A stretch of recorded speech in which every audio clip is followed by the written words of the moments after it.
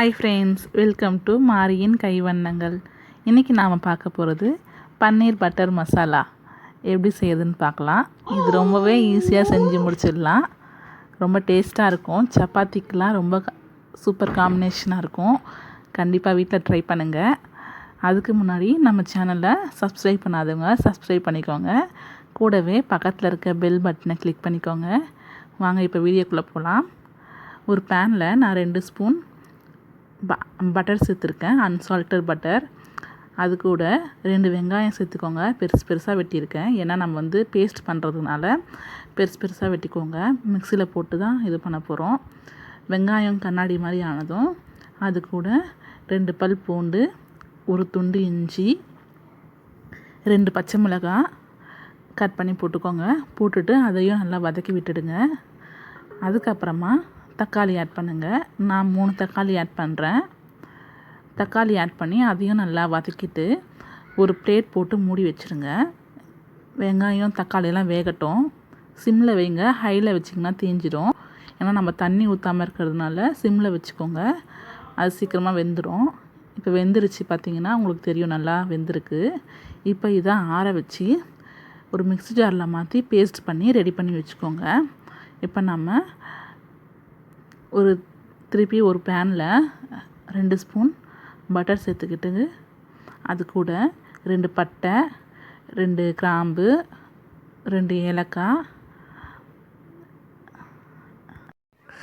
ஒரு பிரியாணி இலை சேர்த்து நல்லா வதக்கிக்கோங்க.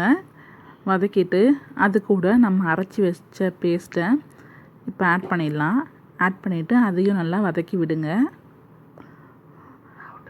நல்லா வதக்கி விட்டுட்டு அது கூட 1 ஸ்பூன் மஞ்சள் தூள் ஆட் பண்ணிக்கோங்க. 1 ஸ்பூன் மிளகாய் தூள் காரத்துக்கு ஏற்ற மாதிரி ஆட் பண்ணிக்கோங்க.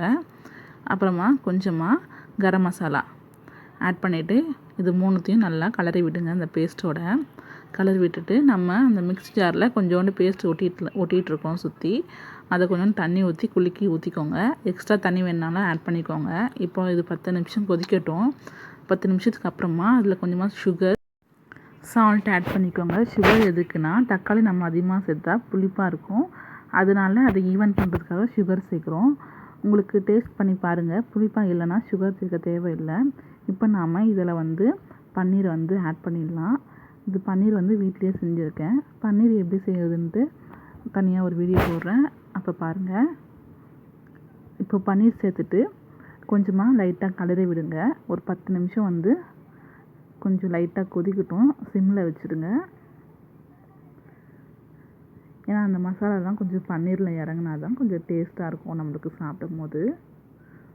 இப்போ பார்த்திங்கன்னா ரெடி ஆயிடுச்சு. அவ்வளவுதான், நம்மளோட டேஸ்டியான பன்னீர் பட்டர் மசாலா ரெடி ஆயிடுச்சு. நீங்களும் அதை வீட்டில் ட்ரை பண்ணி பாருங்கள். டேஸ்ட் எப்படி இருக்குன்னு கமெண்ட் பண்ணுங்கள். இந்த வீடியோ உங்களுக்கு பிடிச்சிருந்ததுன்னா லைக் பண்ணுங்கள், ஷேர் பண்ணுங்கள். மறக்காமல் நம்ம சேனலை சப்ஸ்கிரைப் பண்ணுங்கள். தேங்க்யூ.